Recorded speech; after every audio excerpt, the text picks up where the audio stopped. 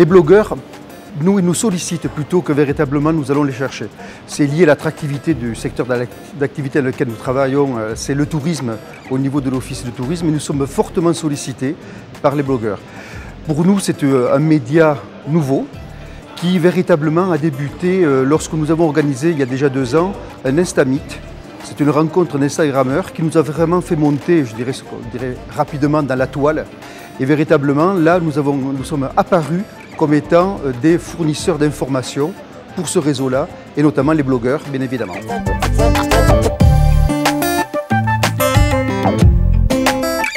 Oui, pour nous, les blogueurs sont des influenceurs, au même titre que les journalistes, même si nous devons les traiter de manière un peu différente, c'est véritablement pour nous des influenceurs importants dans le domaine du tourisme, mais comme dans d'autres activités qui prennent de plus en plus de place dans notre communication et dans nos relations, ce qu'on appelait à l'époque les relations presse.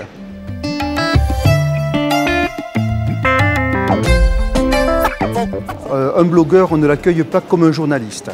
Alors, il est moins peut-être exigeant sur le contenu académique de destination. Par contre, il est beaucoup plus attentif à vivre l'expérience de la destination, à vivre l'expérience de Toulouse. Il est beaucoup plus réactif, il est beaucoup plus débrouillard aussi.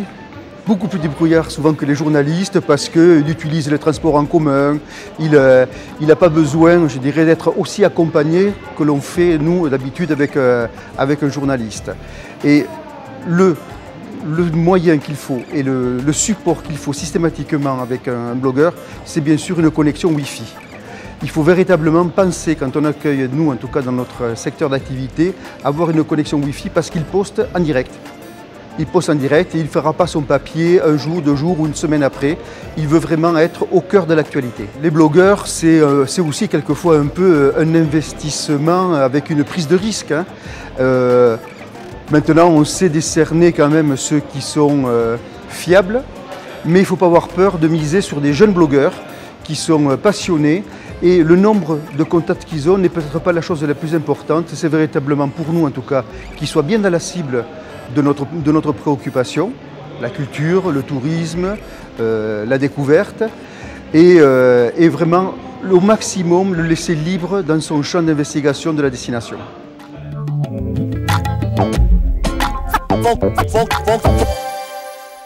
Alors comment les agences travaillent avec les blogueurs? En tout cas nous, l'agence Anouk Desquets, c'est un travail qui se fait avec les réseaux sociaux. La première étape, c'est de savoir avec quel blogueur on va travailler. Donc on va fouiller sur les réseaux sociaux, trouver un blogueur qui correspond avec la thématique du client. Après on va regarder ce qui se fait sur ce blog, regarder dans quelle rubrique le sujet pourrait être abordé. Donc ça c'est la première étape, un travail de recherche, de veille, c'est le plus gros du travail.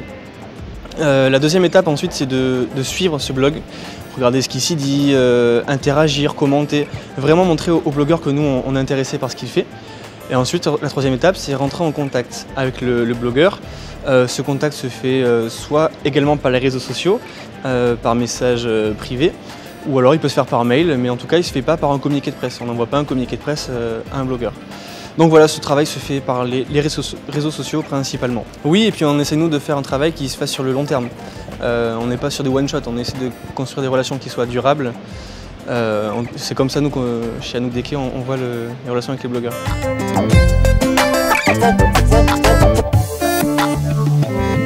Alors la première des erreurs, c'est de contacter un blogueur qu'on ne connaît pas, de le contacter sur une thématique qui ne le concerne pas. Ça, c'est ce qui énerve le plus les blogueurs, sachant qu'en plus, eux, ils sont une communauté très fédérée, ils se connaissent tous, donc si quelqu'un fait les contacts pour quelque chose qui ne les concerne pas, ça va vite circuler et on va vite être blacklisté. Après, il y a quelques petits détails. Par exemple, si on veut inviter un blogueur à venir dans son entreprise, ça ne se fera pas en journée, ça se fera en soirée parce que le blogueur travaille en journée. On ne va pas faire de relance téléphonique non plus avec un blogueur parce que c'est quelqu'un qui travaille, on ne va pas le déranger, on le contactera soit par mail, soit par, encore une fois, par les réseaux sociaux, en message privé. Mais la première des erreurs, c'est de ne pas connaître le blogueur. Voilà. Et la deuxième serait de le considérer comme un journaliste, puisqu'ils ont vraiment 2 métiers qui sont très différents.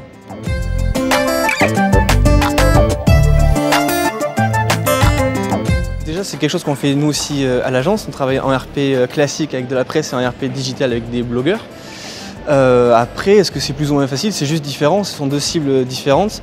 Il y a un journaliste qui va appartenir à une entreprise de presse et il y a un blogueur qui lui n'a aucune contrainte, il ne dépend que de lui-même, que de la ligne éditoriale que lui se sera fixée. C'est un blogueur le blogueur lui ne parlera que de ce qui l'intéresse, que par intérêt. C'est d'ailleurs pour ça qu'il blogue et c'est pour ça qu'il est suivi, parce qu'il donne son avis subjectif. Donc la différence se ferait là sur ces points-là, sur la subjectivité du blogueur et aussi sur le fait que c'est pas son métier normalement, même s'il y en a qui arrivent à en vivre, mais ils sont très peu nombreux. C'est quelqu'un qui travaille à côté et qui fait le blog par passion.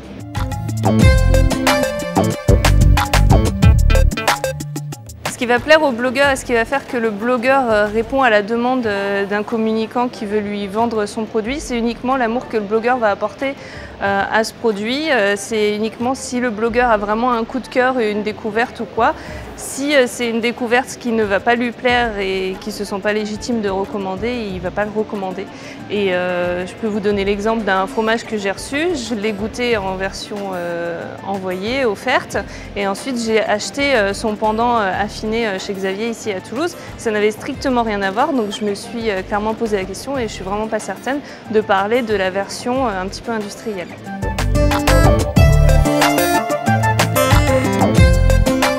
Non, je pense qu'une agence de communication peut vraiment aider et inspirer les blogueurs quand elle leur apporte des vraies nouveautés à découvrir que le blogueur n'aura pas forcément découvert par lui-même, que ce soit chez les blogueurs culinaires des restaurants en marchant dans la rue ou autre chose.